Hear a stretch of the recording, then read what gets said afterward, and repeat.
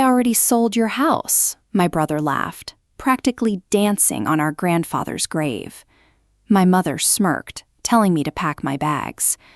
I just took a slow sip of my coffee and slid a black folder across the mahogany desk. Funny, I whispered, looking them dead in the eye. Because your eviction notice starts today. Have you ever sacrificed everything for your family, only to be treated like you mean absolutely nothing to them? Tell me your story in the comments below, and please subscribe to hear how I finally stood my ground. But to understand how we reached that absolute breaking point, we have to go back to the day my world truly shattered. It all started with a storm. The rain fell in steady, heavy sheets, drumming against the black umbrellas clustered around Grandpa's grave. I stood slightly apart from the rest of my family, the damp chill seeping through my thin black coat. My chest felt hollow, a cavern echoing with the memories of the only man who had ever truly loved me. Grandpa was my anchor in a family that had always treated me like an afterthought. I watched my older brother, Arthur, adjusting his expensive tie, his eyes darting to his phone every few minutes. He wasn't mourning, he was waiting. Next to him stood Mom, dabbing her dry eyes with a pristine white handkerchief, playing the part of the grieving daughter-in-law for the gathered relatives. They didn't care that the patriarch of our family was gone. They only cared about what he had left behind. For years, I had been the one making the quiet sacrifices. I paid for Mom's medical bills when her boutique failed. I covered Arthur's endless temporary loans when his flashy business ventures went under. And through it all, Grandpa watched with sad, knowing eyes. "They will drain you, Clara," he had whispered to me on his hospital bed just last week. "But I've made sure you can finally stand your ground." I didn't fully understand him then. I only squeezed his frail hand, promising I would be okay. Now, as the priest finished his final prayer, Arthur turned to me, a barely concealed glint of greed in his eyes. The funeral wasn't an end for them, it was a starting line. I tightened my grip on the handle of my umbrella, mentally bracing myself for the storm that had nothing to do with the weather. The air in Grandpa's old study felt suffocating, thick with the smell of old paper and stale tension. We had barely returned from the cemetery before Arthur ushered us in, not even bothering to offer the grieving guests tea. Mom sat on the velvet armchair, crossing her legs with an air of absolute entitlement. I stood by the window, staring out at the gray afternoon, a lukewarm cup of coffee cradled in my hands. The silence in the room wasn't born of sorrow, it was heavy with anticipation. "Well," Arthur began, rubbing his hands together, "there's no point in delaying this. The lawyers sent over the preliminary documents this morning." I didn't turn around. I just took a slow sip of my coffee. "Arthur, we just buried him," I said softly, my voice barely more than a whisper. Mom scoffed, the sound sharp and dismissive. "Oh, stop being so dramatic, Clara. You know your grandfather was a practical man. He wouldn't want us wallowing when there are important matters to settle." Important matters. That was her code for money. It had always been about money. When I worked 2 jobs to pay my way through college, she told me I was being selfish for not contributing more to the household. When Arthur bought his 3rd luxury car on credit, she praised his entrepreneurial spirit. I was the dependable workhorse. He was the golden child. "Besides," Arthur chimed in, leaning against Grandpa's mahogany desk as if he already owned it, "I have some pressing investments. And as the new head of the estate, it's my responsibility to optimize our assets." I finally turned to face him, feeling a strange, icy calm settle over me. "Optimize?" I asked. Arthur's lips curled into a wide, self-satisfied grin. It was a look I had seen 1,000 times before, usually right before he asked me to bail him out of a mess.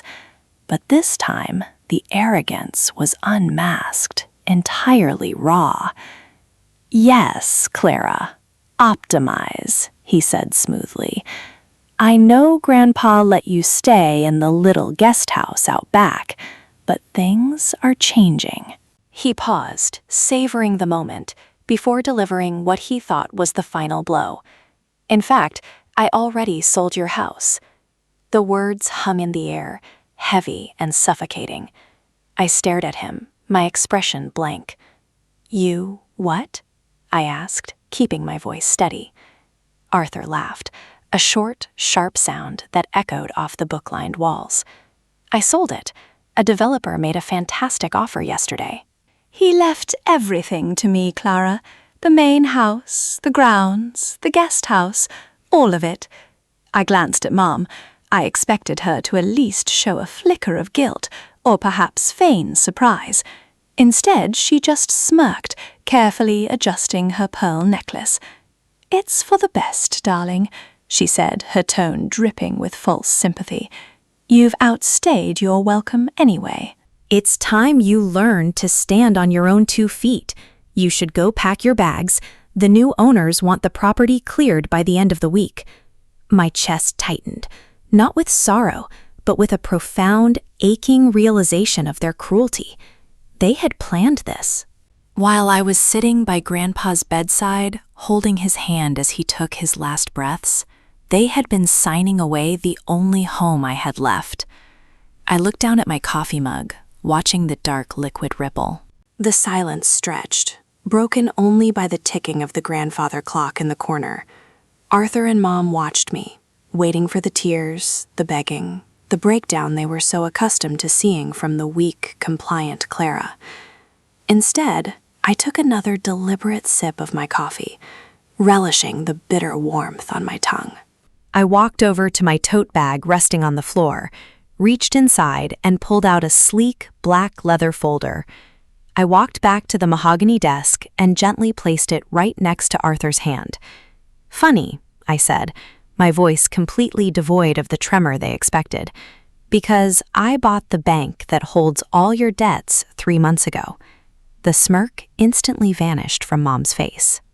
Arthur blinked, looking down at the folder as if it were a venomous snake.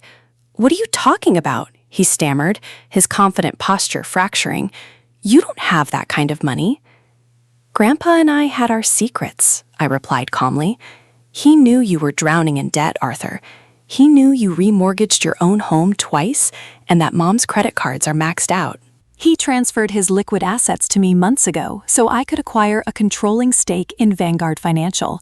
I tapped the black folder. Your eviction notice starts today, both of you. Arthur's hands trembled as he flipped open the folder. His eyes scanned the documents, his face draining of all color until it was the shade of old parchment. The realization hit him like a physical blow. The absolute power he thought he held was an illusion. I wasn't the victim anymore. The storm hadn't broken me. It had made me the lightning. Arthur's eyes darted frantically across the crisp white pages, searching for a loophole, a typo, anything to prove this was a prank. No, he whispered, the paper rattling in his shaking hands. This is impossible. Grandpa wouldn't do this. He left the estate to me. His will said. His will left the physical estate to you, Arthur, I interrupted softly. But he stripped the estate of all its liquid cash months before he died. He knew you'd sell the house the second he was gone. He just wanted to see if you'd throw me out with it. Mom snatched the folder from Arthur's hands, her manicured nails tearing one of the pages in her haste.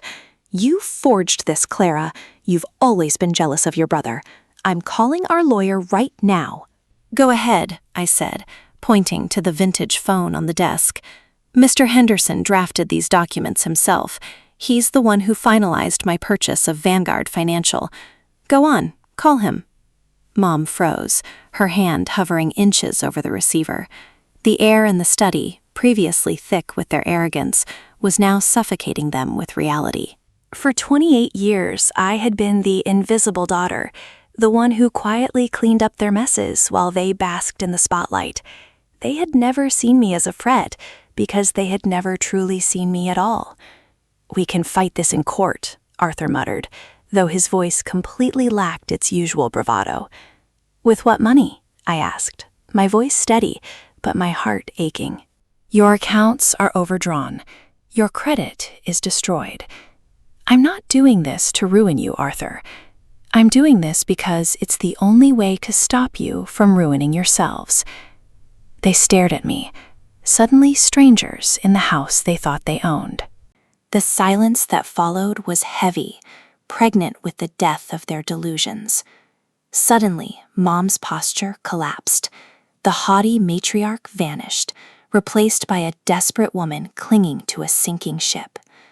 "Clara, sweetie," she cooed, her voice trembling as she forced a watery, pathetic smile. She stepped toward me, her arms outstretched. "You know we were just teasing about the guest house, right? We would never actually throw you out. We're family." The word family hit me like a physical blow. I stepped back, avoiding her touch entirely. "Family?" I repeated, the word tasting like ash in my mouth. Where was this family when I spent my 20s working night shifts to pay off the loan sharks Arthur provoked? Where was this family when I begged for help with Grandpa's medical care, and you told me you were too busy at the country club? Mom's face flushed red, her eyes darting away in shame. She had no defense, only the hollow excuses she had relied on her entire life. Arthur sank into Grandpa's heavy leather chair, running his hands through his perfectly styled hair until it was a tangled mess. "So what? You're just gonna kick us out on the street? Your own mother and brother? You're that cold?" "You were gonna do it to me just 5 minutes ago," I reminded him quietly. The hypocrisy was staggering, yet entirely predictable. I didn't feel the triumphant joy I had expected to feel. Instead, a profound sadness washed over me. I didn't want to hurt them. I just wanted them to stop hurting me. "I won't leave you homeless," I said, pulling a smaller, plain envelope from my coat pocket, "but your days of luxury are over." I tossed the smaller envelope onto the desk. It landed with a soft thud, right on top of the financial ruin they had brought upon themselves. "What is this?" Arthur asked, his voice barely a croak, defeated and small. "Keys," I replied, crossing my arms tightly to keep them from trembling. "And an address. It's a modest 2-bedroom apartment on the edge of the city." "I've paid the rent for 6 months. After that, you are entirely on your own." Mom gasped, clutching her chest as if I had physically struck her. "A 2-bedroom? On the edge of town? Clara, I can't live there. What about my friends? What about my wardrobe? There won't be any space." "Your designer wardrobe is being liquidated to pay off your credit card debts," I said bluntly. "And if your friends only care about your zip code, they aren't your real friends." Tears finally spilled down Mom's cheeks, and for the first time in my life, I knew they were real. Not manipulative, not performative, just genuine, raw panic. It broke my heart to see her cry. The deeply ingrained instinct to comfort her flared up inside me. I had to bite the inside of my cheek to stop myself from rushing over and taking it all back. "Stay strong, Clara," Grandpa's voice echoed in my mind. "If you catch them every time they fall, they will never learn how to walk." "You have until tomorrow morning to pack your personal belongings," I told them, my voice firm despite the storm of emotions swirling inside me. "Everything else stays here to be appraised. I suggest you pack light." I turned my back on them and walked toward the heavy oak door. I stepped out of the study and gently pulled the doors shut behind me, cutting off the sounds of Mom's stifled sobs and Arthur's frantic, hushed pacing. The hallway was dimly lit, the afternoon storm casting long gray shadows across the floral wallpaper. I leaned against the wall and finally let out a breath I felt like I had been holding for years. My knees suddenly felt weak, and I slid down until I was sitting on the cold hardwood floor, pulling my knees tight to my chest. I had won. I had protected Grandpa's legacy and secured my own future. But sitting there, in the quiet, echoing house, victory tasted remarkably like grief. I closed my eyes, letting the first tear slip down my cheek. I wasn't crying because I regretted my actions. I was crying for the family I never really had. I mourned the mother who valued appearances over her daughter's well-being. I mourned the brother who saw me as an ATM rather than a younger sister. I reached into my pocket and pulled out a worn, folded piece of paper, Grandpa's final letter to me. The edges were soft from how many times I had read it over the past week. My dearest Clara, the letter began in his shaky cursive. I leave you with a heavy burden. Breaking the cycle is never easy, and it will hurt, but true love sometimes requires a firm hand. I wiped my eyes with the back of my sleeve and carefully refolded the letter. He was right. Tomorrow, the hard work of rebuilding would begin, but tonight, I would allow myself to mourn the death of the family I had always wished for. The morning sun cast a pale, unforgiving light over the driveway. The crunch of gravel beneath the tires of a standard yellow taxi seemed to echo louder than the thunderstorm from the day before. It was a stark, almost painful contrast to the sleek luxury sedans Arthur was accustomed to parading around in. I stood on the top step of the front porch, my arms crossed tightly over my chest, watching them load their lives into the trunk. Mom struggled with 2 heavy suitcases. She wore a simple beige trench coat, devoid of her usual sparkling brooches and silk scarves. Arthur didn't even attempt to help her. He was too busy wrestling with a taped-up cardboard box, muttering under his breath. The sheer indignity of the moment hung heavy in the crisp morning air. I took a tentative step down. Part of me, the little girl who had always yearned for her mother's affection, wanted to run to her, to take the bags, to say it was all a terrible mistake and welcome them back inside. But the adult Clara, the woman who had spent years being their emotional and financial punching bag, rooted my feet to the stone steps. Mom paused before getting into the back seat. She looked up at me, her eyes red-rimmed and puffy.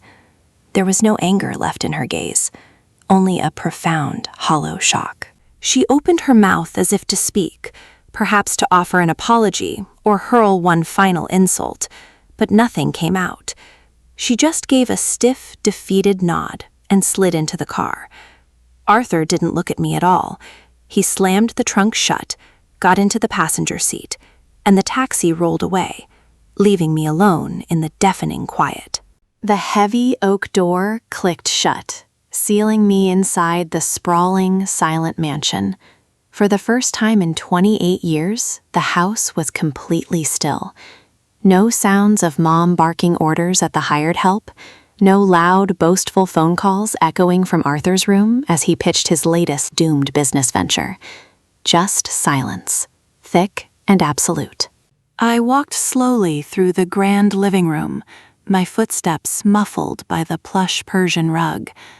I trailed my fingers over the keys of the grand piano, an instrument Mom insisted on buying but never bothered to learn how to play.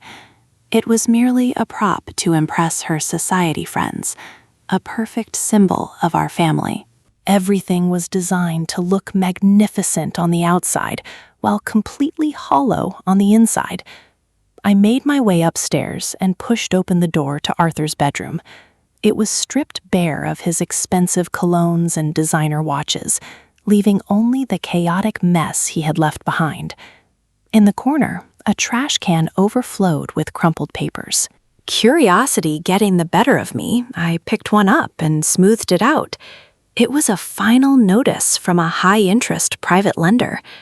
I dug deeper, finding a mountain of past due notices, hidden foreclosure warnings, and legal threats. A cold shiver ran down my spine. The debt was even worse than Grandpa had realized. If I hadn't taken control of the bank and frozen Arthur's assets, he wouldn't have just lost the house. He would have faced severe criminal charges for fraud. My chest tightened. I had thought I was punishing him, but standing amidst the wreckage of his hidden life, I realized I had actually saved him from absolute ruin. 4 weeks passed. The sprawling mansion, once a source of anxiety and belittlement, slowly transformed into a sanctuary. I had hired a small crew to clear out the excess furniture, stripping away the ostentatious layers Mom had added over the decades. I wanted the house to breathe, to feel like the warm, sturdy home Grandpa had originally built. My days were consumed by Vanguard Financial. Taking over a bank was no small feat, even with Grandpa's brilliant team of advisors guiding me. I spent hours poring over spreadsheets, learning the intricate web of loans, assets, and liabilities. It was exhausting work, but for the first time in my life, my exhaustion belonged to me. I wasn't draining myself to fix someone else's mistakes. I was building my own foundation. Throughout the month, I hadn't heard a single word from Arthur or Mom. No angry phone calls, no demands for money, no tearful pleas. The silence was unnerving. I had fully expected them to try and manipulate their way back into my good graces, or at least launch a bitter legal crusade. One rainy Tuesday afternoon, I was sitting in my glass-walled office at Vanguard, rubbing my tired eyes, when the intercom on my desk buzzed. "Miss Clara?" my assistant Sarah said, her voice laced with a hint of uncertainty. "There is a gentleman here to see you, without an appointment. He says he's your brother." My heart hammered against my ribs. The protective wall I had spent a month building suddenly felt paper-thin. "Send him in," I said, taking a deep breath and bracing myself for the inevitable storm of accusations. The office door slowly clicked open, and Arthur stepped inside. I braced myself for his usual arrogant swagger, but the man standing before me was nearly unrecognizable. He wore a plain, somewhat wrinkled gray suit that looked completely alien on his frame. His shoulders, usually pulled back with unearned confidence, were slumped. The expensive haircut had grown out, looking messy and unkempt. But it was his eyes that shocked me the most. The fiery, entitled gleam was completely extinguished, replaced by a dull, exhausting shadow. "Hello, Clara," he said softly, standing awkwardly near the door. He didn't presume to take a seat in the plush leather chairs opposite my desk. "Arthur," I replied, keeping my voice carefully neutral. "To what do I owe the pleasure?" "Did the rent check for the apartment bounce?" He flinched visibly at my tone, a flash of shame crossing his features. "No," he said, his voice cracking slightly. "The apartment it's fine. Mom complains about the draft, but the roof doesn't leak." He nervously wrung his hands together, staring at the floor before finally meeting my eyes. "I didn't come here for money, Clara." "I know that well is dry." I leaned back in my chair, genuinely bewildered. "Then why are you here?" "I've spent the last 3 weeks trying to get a job," he confessed, the words seemingly tasting like sandpaper in his mouth. "But my reputation in the city is destroyed. The lenders I owe, they talk. Nobody will touch me." He took a shaky breath, swallowing his pride so hard I could almost hear it. "I need to work, Clara. Please. I'll sweep the floors here if I have to. I just need a chance." I studied his face, searching for the familiar, arrogant smirk, the settled twitch of a con artist about to spring a trap. But there was nothing. Only the raw, humbling exhaustion of a man who had finally hit rock bottom. He was genuinely asking me for a lifeline, not a handout. "You understand that I cannot give you an executive position, Arthur," I said slowly, choosing my words with absolute precision. "Your financial track record is a liability. If I put you anywhere near Vanguard's client accounts, the board would have my head." "I know," he whispered, staring intently at the toes of his scuffed leather shoes. "I don't expect a corner office, Clara. I just need to earn a paycheck, honestly." I leaned forward, clasping my hands on the desk. "Vanguard has an opening in the mailroom. It's sorting packages, delivering physical documents between floors, and managing the archive boxes in the basement. It pays minimum wage. There are no bonuses, no company cars, and absolutely no special treatment because you are my brother. If you are late, you get written up. If you complain, you are fired." I fully expected him to scoff, to tell me that a man of his caliber couldn't possibly be seen pushing a mail cart. I waited for the inevitable explosion of wounded pride. Instead, Arthur closed his eyes and let out a long, shuddering breath. When he opened them, they were wet with unshed tears. "Thank you," he said, his voice thick with an emotion I had never heard from him before, pure gratitude. "What time do I start tomorrow?" 8 in the morning, I replied. "Report to HR on the ground floor." He nodded once, turned, and walked out, leaving me entirely stunned. For the first 2 weeks, I fully expected Arthur to quit. I kept waiting for my assistant to inform me that my brother had thrown a tantrum in the lobby or simply stopped showing up. But the days ticked by, and Arthur remained. One busy Thursday afternoon, I was walking back from a board meeting on the 4th floor when I saw him. He was pushing a heavy silver mail cart down the long corridor. He wore a simple Vanguard polo shirt and khaki trousers. I paused behind a frosted glass partition, watching him in secret. A group of junior executives walked past him, men who just a year ago would have begged for an invitation to one of Arthur's lavish yacht parties. They didn't even glance his way. They treated him like a piece of the furniture, completely invisible. I remembered how much Arthur thrived on attention, how he needed to be the most important person in every room. Seeing him ignored had to be sheer agony for his ego. Yet he didn't snap. He didn't puff out his chest or loudly remind them of his last name. He simply moved his cart to the side to let them pass, organized a stack of manila envelopes, and continued down the hall. He looked tired, his brow dotted with sweat, but there was a quiet dignity in his steady pace. Grandpa's words echoed in my mind once again. If you catch them every time they fall, they will never learn how to walk. Tears pricked the corners of my eyes. He was walking. It was clumsy, painful, and agonizingly slow, but my brother was finally learning how to carry his own weight. For the first time in my life, I felt a flicker of genuine respect for him. Watching Arthur adapt gave me a fragile sense of hope, but the silence from Mom remained a heavy weight on my chest. By the end of the 2nd month, the guilt of not knowing how she was surviving gnawed at me. I couldn't ignore it any longer. On a chilly Saturday morning, I found myself standing outside a modest beige brick apartment building on the outskirts of the city. It wasn't a slum, but it was a world away from the gated communities and manicured lawns Mom was used to. The peeling paint on the front door and the flickering fluorescent light in the hallway painted a grim picture. I carried a heavy canvas tote bag filled with fresh groceries, premium tea, artisanal bread, and the imported fruit she used to love. I climbed the narrow stairs to the 2nd floor, my heart hammering a frantic rhythm against my ribs. I stopped in front of apartment 2B. Taking a deep breath, I knocked 3 times. Minutes passed. I was about to turn away, assuming she wasn't home or was actively ignoring me, when the deadbolt quaked. The door creaked open, revealing Mom. She looked smaller.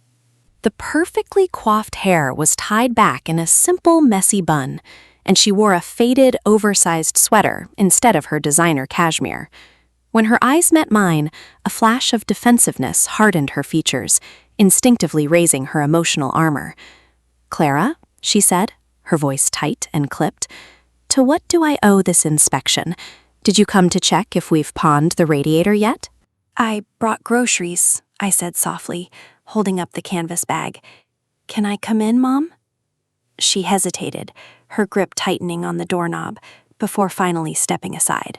The apartment was painfully small, but to my surprise, it was immaculately clean. There was no clutter, no signs of the chaos I had anticipated. A small, cheap vase on the tiny dining table held a single wilting daisy. It was a desperate, heartbreaking attempt to hold on to a sense of elegance in a space that offered none. I set the groceries on the narrow kitchen counter. Mom stood by the window, her arms crossed tightly, refusing to look at me. The silence stretched between us, thick with years of unspoken resentment. "Arthur tells me he's working in your mailroom," she finally said, staring out at the dreary parking lot.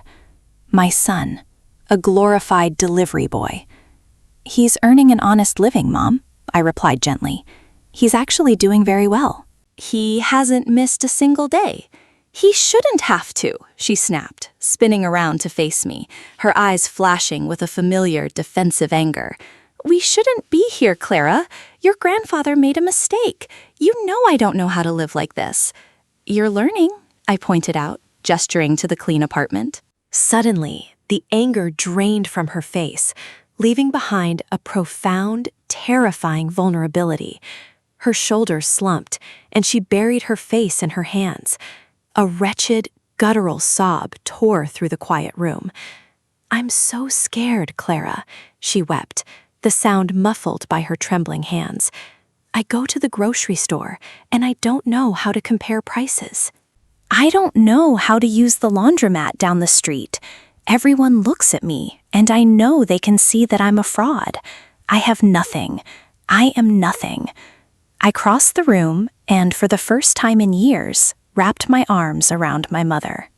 Mom stiffened the moment my arms wrapped around her. It was a visceral, entirely instinctive reaction. We hadn't held each other like this since I was a little girl with skinned knees. For years, our physical contact had been limited to polite, air-kissing greetings at family functions, a performance for the benefit of whichever wealthy acquaintances happened to be watching. But as her sobs continued to shake her fragile frame, the rigid tension in her shoulders slowly dissolved. She melted against me, burying her face into my shoulder, her tears soaking through the fabric of my coat. "I'm sorry," she whispered repeatedly, the words fractured by her crying. "I'm so sorry, Clara. I ruined everything." I didn't say that it was okay, because it wasn't. The years of emotional neglect, the constant belittling, the blatant favoritism, a single hug could not erase the decades of damage. But as I held her in that cramped, dimly lit apartment, I felt a profound shift in my own heart. The bitter resentment that had hardened my soul began to crack, letting in a sliver of cautious empathy. She wasn't the wicked villain of my childhood anymore. She was just a terrified, deeply flawed woman who had built her entire identity on a foundation of sand, only to watch the tide finally wash it away. "You aren't nothing, Mom," I said softly, gently stroking her graying hair. "You just have to figure out who you are without the price tags, and I can help you with that, if you let me." She pulled back slightly, looking at me with swollen, red-rimmed eyes. For the first time in 28 years, she wasn't looking past me or down at me. She was truly seeing me.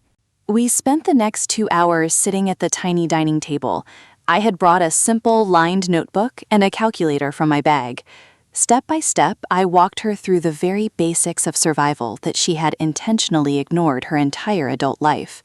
I showed her how to read a grocery receipt, pointing out the difference between generic brands and the imported labels she blindly purchased. I wrote down a weekly budget, allocating her modest Social Security check into distinct columns for utilities, food, and basic necessities. Mom watched my pen move across the paper with wide-eyed fascination, as if I were performing complex magic. "You are so smart, Clara," she murmured, tracing a finger over the neat columns of numbers. "You always were. Your grandfather's side. I refuse to." I paused, setting the pen down. "Why, Mom? Why did you always push me away?" She looked down at her hands, devoid of the diamond rings that used to flash when she spoke. "Because you didn't need me," she confessed, her voice trembling with quiet shame. "Arthur was always a mess.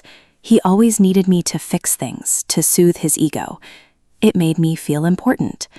But you were so capable. You reminded me of everything I wasn't. I felt useless around you, so I punished you for it." The raw honesty of her confession took my breath away. It wasn't an excuse, but it was an explanation, a missing puzzle piece that finally made the picture of our broken family make sense. "I did need you, Mom," I said, a single tear slipping down my cheek. "I just needed a mother, not a bank teller. She reached out and squeezed my hand. I know. 6 months came and went. The crisp autumn winds swept through the city, mirroring the quiet, steady transformation happening within my family. The deadline for the paid rent on the apartment had officially expired, but I didn't need to step in. Arthur had taken over the lease himself. I was sitting in my office at Vanguard, reviewing quarterly reports, when Arthur's direct supervisor, a strict, no-nonsense man named Mr. Davis, knocked on my glass door. "You wanted an update on the mailroom, Miss Clara," Mr. Davis said, taking a seat opposite my desk. "Yes," I replied, folding my hands.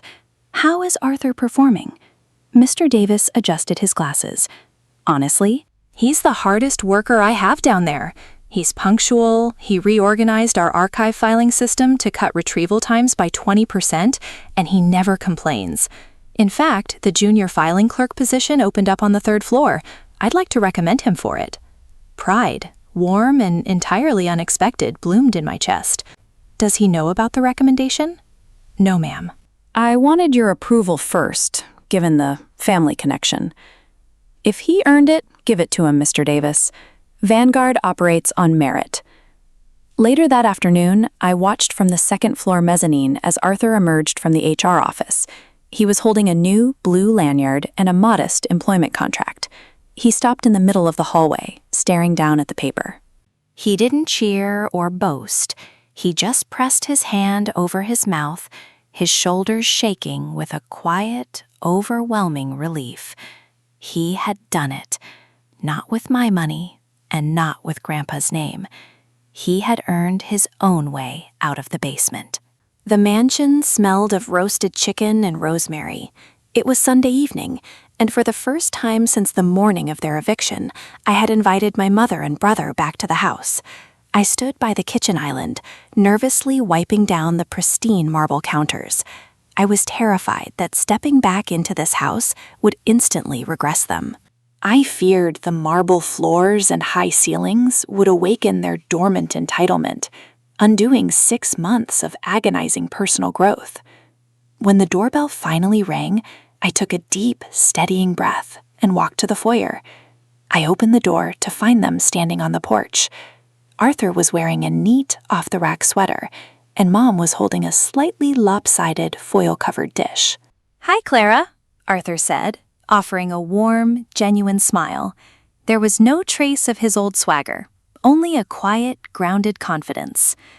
"I baked an apple pie," Mom announced, holding up the dish with a mixture of pride and profound nervousness.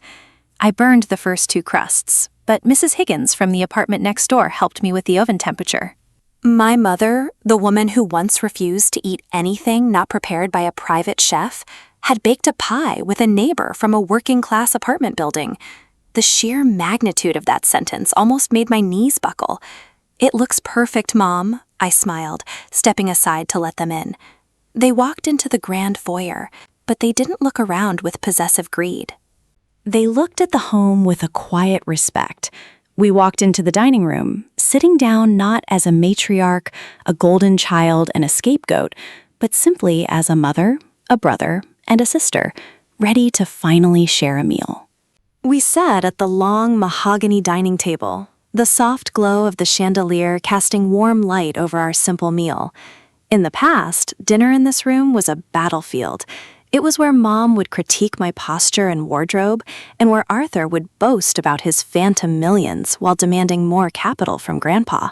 I used to sit silently, shrinking into my chair, praying for the plates to be cleared. Tonight, however, the atmosphere was remarkably different. The grand, heavily carved chair at the head of the table remained empty, a silent tribute to Grandpa. Yet the air wasn't thick with grief, but rather a quiet, reflective peace. Arthur passed the roasted potatoes to Mom, making sure she took a generous portion before serving himself. It was a microscopic gesture, but one that spoke volumes.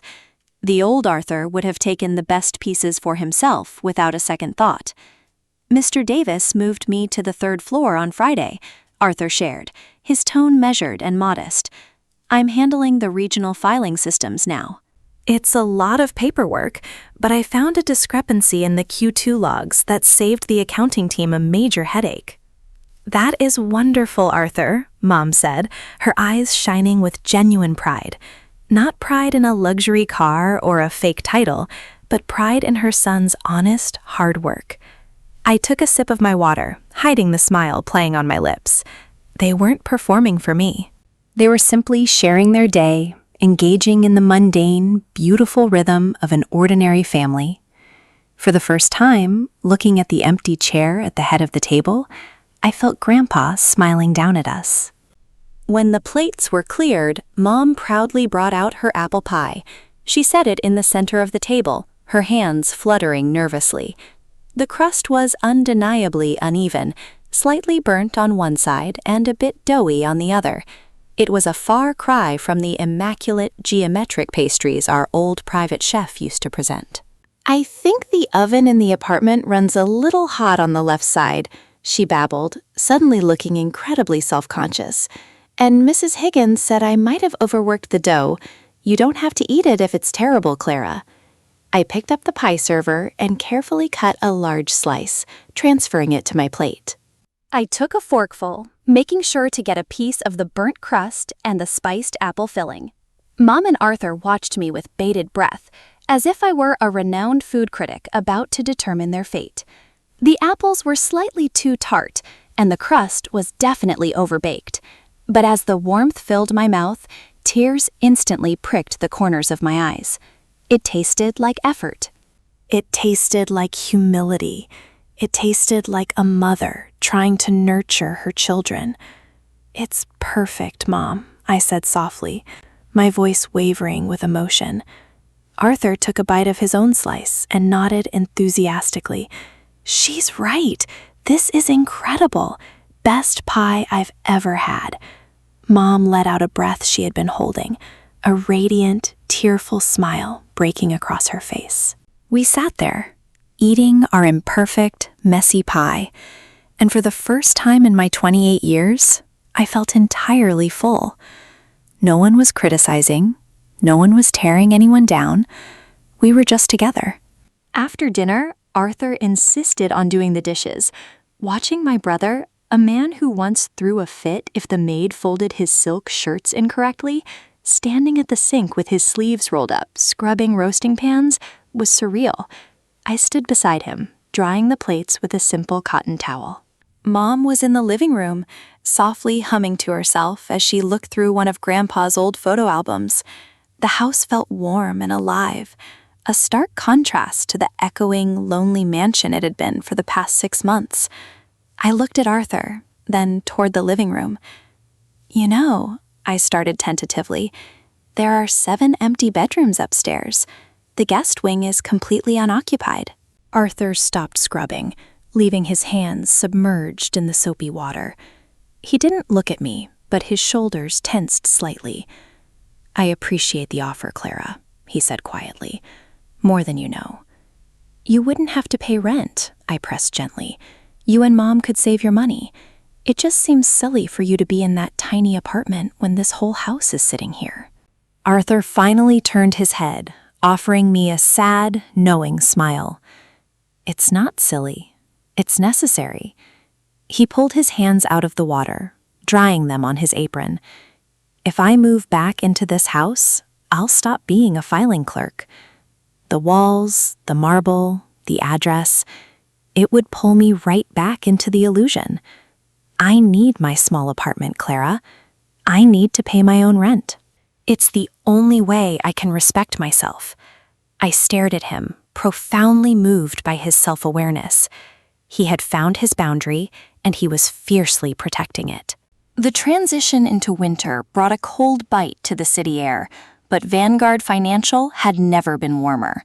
Under my leadership, the bank had shifted its focus. We stopped catering exclusively to the ultra-wealthy elite and began rolling out aggressive, low-interest microloan programs for local small businesses. I wanted to use Grandpa's legacy to build people up, not trap them in endless cycles of debt.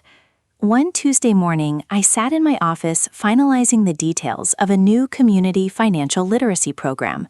We were setting up free evening classes in community centers to teach basic budgeting and debt management to struggling families. There was a light knock on the glass door. Sarah, my assistant, smiled warmly. Miss Clara, your 10 o'clock is here. Send her in, I said. Mom walked into the office. She wore a simple, tailored wool coat and a modest scarf. The heavy, ostentatious jewelry was permanently gone, replaced by a delicate silver chain. She looked healthier, brighter, and entirely grounded. You wanted to see me, Clara? She asked, taking a seat. I did, I replied, sliding a thick folder across the desk. Vanguard is launching a community outreach program. We need someone to run the front desk at the community centers, organize the schedules, and help the attendees feel welcome. Someone who understands how terrifying it is to learn how to budget for the first time. Mom looked at the folder, then up at me, her eyes widening in shock. You want me to work for the bank? I want you to help people who are exactly where you were 6 months ago, I smiled. It's minimum wage. Are you interested? Mom reached for the folder, tears of gratitude pooling in her eyes. I would be honored. The community center was a modest, brightly lit hall filled with folding chairs, the faint smell of cheap coffee, and echoing chatter. I stood near the back entrance, observing quietly from the shadows. At the front registration table sat Mom. She was handing out name tags and welcoming struggling families with a genuine warmth I had never witnessed during my childhood. A young mother approached the table, looking utterly exhausted, juggling a crying toddler on her hip and a disorganized stack of past-due bills in her free hand. The old version of my mother would have recoiled from the noise and the mess, offended by the mere presence of poverty. Instead, Mom stood up, offered the woman a gentle, deeply understanding smile, and handed the toddler a small, brightly colored sticker to soothe him. It's overwhelming, I know, I heard Mom say softly, her hand resting reassuringly on the young woman's trembling arm. The numbers look scary when you're facing them alone. I was terrified when I first had to learn. But you are taking the bravest step just by walking through those doors today. We are going to help you sort it out, line by line. The young woman's tense shoulders dropped, a tear of profound relief escaping her eye as she accepted the registration packet. Mom wasn't just performing a minimum wage job. She was actively healing herself by healing others. She had found her true purpose, not in exclusive country clubs or elite designer boutiques, but in the grounded trenches of real life, turned and quietly slipped out the back door, leaving her to shine beautifully in her newfound light. Spring arrived, bringing a renewed sense of energy to Vanguard Financial. Arthur had recently marked his 1-year anniversary at the bank. He was no longer the struggling mailroom clerk. He had steadily earned his way up to a junior analyst position in the risk management department. One afternoon, he knocked on my office door, clutching a bound proposal. He walked in, his posture straight but respectful. "Clara, do you have a few minutes?" he asked. "Always, Arthur. What do you have there?" I pointed to the document. He placed it on my desk. "It's a proposal for a new debt restructuring program. I've been analyzing the default rates on our standard personal loans. When people fall behind, the late fees compound and they end up drowning." "I know exactly how that feels." He paused, tapping the cover. "If we cap the penalty fees and offer a mandatory financial counseling grace period, we can recover the principal without destroying the client's life. It's profitable, but it's also ethical." I opened the proposal. It was meticulously researched, beautifully organized, and entirely devoid of the reckless gambling that used to define his business ideas. It was the work of a man who understood the crushing weight of debt and wanted to build a ladder for others to climb out. "You want to present this to the board?" I asked, looking up at him. "Only if you think it's ready," he said humbly. "I want to do this the right way." "It's brilliant, Arthur," I smiled, closing the folder. "We'll schedule the pitch for next Tuesday." He beamed, a quiet, solid pride radiating from him. He wasn't chasing a quick million anymore. He was chasing redemption, and he was finally catching it. A few weeks after Arthur's successful presentation to the board, he asked me to meet him at a small, unassuming coffee shop near his apartment. When I arrived, he was already sitting in a corner booth, 2 steaming mugs of black coffee waiting on the table. Between the mugs lay a single, crisp sheet of paper. "What's this?" I asked, sliding into the booth and unwrapping my scarf. Arthur pushed the paper toward me. His hands were completely steady, but his eyes were bright with unshed emotion. I looked down at the document. It was a formal letter from a private lending firm, one of the aggressive, high-interest agencies he had secretly borrowed from before Grandpa passed away. Across the center of the page, stamped in bold red ink, was a single phrase, "Paid in full." "I made the final transfer this morning," Arthur whispered, his voice thick with disbelief. "Every cent of my old debt is gone. The cars, the failed startups, the gambling, it's all paid off, with money I earned myself." I stared at the red stamp, fully understanding the monumental weight of what he had achieved. He had lived in a tiny apartment, taken the bus, eaten cheap meals, and worked relentlessly for over a year to dig himself out of a grave of his own making. I reached across the table and grasped his hands. They were rougher now, the salon manicures long gone, replaced by the calluses of hard work. "I am so incredibly proud of you, Arthur," I told him, tears blurring my vision. He squeezed my hands back, a single tear escaping to track down his cheek. "Thank you, Clara. Thank you for not bailing me out. Thank you for saving my life." My 29th birthday fell on a rainy Thursday in late October.